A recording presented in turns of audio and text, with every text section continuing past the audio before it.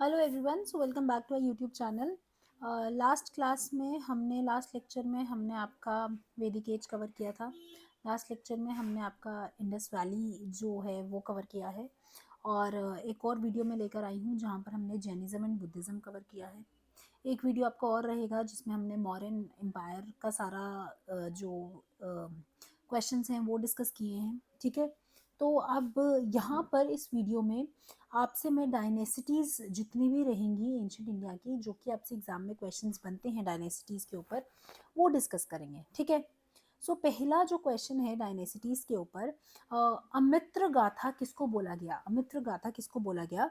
तो ये थे बिंदुसार, जिनको मित्र गाथा के नाम से भी बुलाया जाता है। ठीक है, नेक्स्ट है Megasthenes was the ambassador of. तो किसके एम्बेसडर थे मेगास्थनीज? ये सेलिकस निकेटर के एम्बेसडर थे। सेलिकस जो थे, इन्होंने भेजा था मेगास्थनीज को, और इन्होंने ही फिर अकाउंट अपना जो एक इंडिका अकाउंट आपको देखने को मिलेगा, सोर्स देखने को मिलेगा, जहाँ से हमें मोस्ट ऑफ द इंफॉर्मेशन जो है वो देखने को मिलती है। और चंद्रगुप्त मौर्य के कोर्ट में इनको भेजा गया था।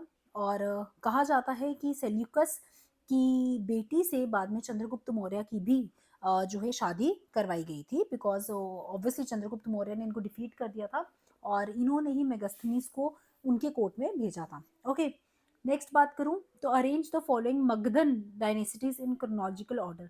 तो ये मगधन डायनेसिटीज को हमने क्रोनोलॉजिकल ऑर्डर में लिखना है।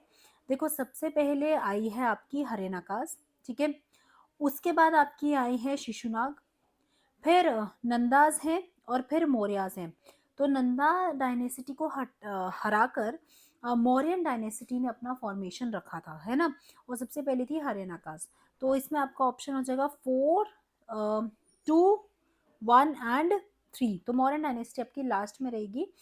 यहाँ पर आपको पता है मौर्याज ने ओवरथ्रू किया नंदाज को, एंड चंद्रगुप्त मौर्य ने इसको ओवरथ्रू किया with the help of Kautilya. ठीक है, with the help of Kautilya इन्होंने उसको ओवरथ्रो किया था। और रूलर कौन थे? तो रूलर आप मुझे कमेंट सेक्शन में बताओगे नंदा डायनेस्टी के रूलर कौन थे। Okay, next, line capital of Ashokan pillar has been found at. तो जो लाइन कैपिटल है अशोकन पिलर का, और यहीं से हमने जो नेशनल एम्बलम का कॉन्सेप्ट है, बेसिकली अशोकन पिलर से ही हम लेकर आए हैं। अब ये हमें कहाँ से मिला? ये हमें मिला सारनाथ, जो कि बनारस के पास है। Next, most of the Ashoka's edicts are written in the script of. तो जितने भी अशोकन एडिक्ट्स हमें देखने को मिली है, मोस्ट ऑफ द स्क्रिप्ट्स किस लैंग्वेज में लिखी गई हैं? तो it is written in Brahmi. Okay, next, bull capital of Ashoka या Ashokan pillar has been found at. तो बुल कैपिटल मिला है अशोकन पिलर का, ये कहाँ पे मिला है? Rampurva. Which of the following came from central Asia to India. तो सेंट्रल एशिया से इंडिया में, ठीक है, इसमें से कौन आए थे? तो पार्थियंस भी आए थे, शाकास भी आए थे, और कुशान्स भी आए थे। कुशान के ग्रेटेस्ट रूलर कौन थे? कनिष्क थे, है ना, जिन्होंने कश्मीर में भी रूल किया है। शाकाज, तो शाकाज जो कि जिनको हम स्काइथियंस के नाम से भी जानते थे, और ये इंडिया में आए थे। मोस्टली इन्होंने नॉर्थ वेस्टर्न एरिया को कैप्चर किया था। और तो पार्थियंस भी जो हैं यहाँ पर आए थे, और यहाँ पर शाका के जो रूलर थे, इन्होंने ही बैक्ट्रिया, जो कि अफगानिस्तान में एक किंगडम था, उसको भी जो है इन्होंने जीता था। So obviously all of these entered into India from central Asia. Third question, next question है the third Sangam assembly was held at. तो थर्ड संगम असेंबली कहाँ पे हुई है? मदुराई में हुई है। Next, which kingdom acted as a bridge between north India and South India. देखो, साउथ इंडिया एकदम नीचे यहाँ पर पड़ गया, और नॉर्थ में तो आपका जितना भी मौर्यन डायनेसिटी थी वो भी आपकी मोस्टली नॉर्थ में ही लोकेटेड थी। उसके अलावा नॉर्थ में आपके जो शाकाज थे वो भी नॉर्थ में ही आए थे। ठीक है, शुंगाज ने भी यहाँ पर नॉर्थ में ही जो है मोस्टली गंगेटिक बेल्ट में ही ये इन्होंने स्टे किया था। तो इनके बीच में जो एक ब्रिज था वो किसने बनाया था? तो वो बनाया था सातवाहनाज ने। सातवाहनाज जो थे मोस्टली डेक्कन एरिया में इन्होंने ये एरिया रहेगा, अगर मैं आपको थोड़ा सा बता दूं तो ये एरिया, सॉरी, ठीक है, तो सातवाहनास का हम बात करते हैं, सातवाहनास की। तो ये रहेगा, ठीक है। तो सातवाहनास का जो मोस्टली एरिया रहेगा वो आपको ये वाला एरिया देखने को मिलेगा। ठीक है, ये वाला एरिया। तो ये it acted as a bridge between north India. Okay, यहाँ से हम कर सकते हैं between the north India and the south India, because south India में बाद में कौन आगे थे? चोलास, छेड़ास एंड पांड्यास। इन्होंने यहाँ पर जो है रूल किया है। और नॉर्थ इंडिया में मैंने आपको बता दिया मौर्यन डायनेसिटी थी, कानवा डायनेसिटी आई, शुंगा डायनेसिटी आई, इन्होंने यहाँ पर रूल किया था, ठीक है ना। Next, which of the following were ruling in Saurashtra, तो शाकास, ठीक है, शाकास जो हम स्काइथिन्स के नाम से भी जानते हैं, तो यही सौराष्ट्र में इन्होंने रूल किया था। Who first issue gold coins in India, तो सबसे पहली बारी गोल्ड कॉइन्स किसने इशू किए थे, ये मिनांडर ने इशू किए थे सबसे ज्यादा गोल्ड कॉइन्स, ठीक है। ह्यूआन सांग came into the court of, तो ये भी बहुत इंपॉर्टेंट है, काफी बार क्वेश्चन बनता है।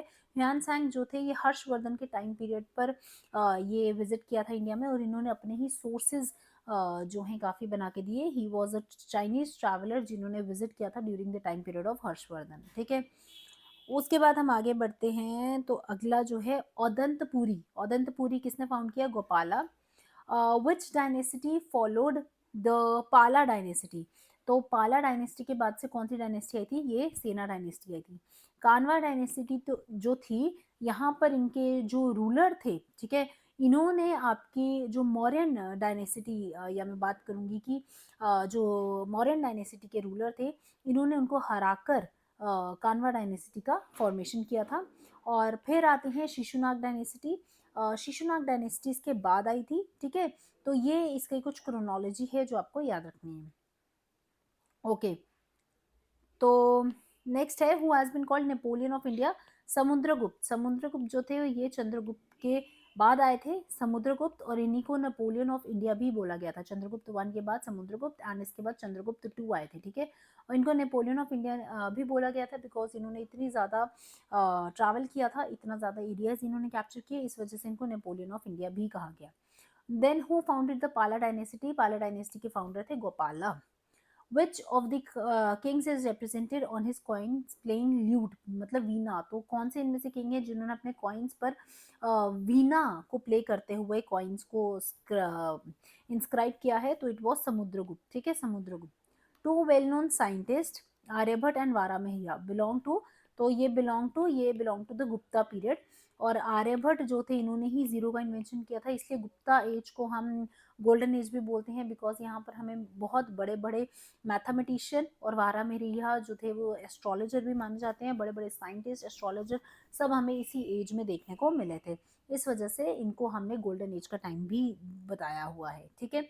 Next is Allahabad inscription written by Hari Sen, तो ये किसके बारे में डिस्क्राइब करती है, ये समुद्रगुप्त और उनकी जितनी भी कॉन्कर करी है उन्होंने टेरिटरीज, उसके बारे में ये डिस्क्राइब करती है।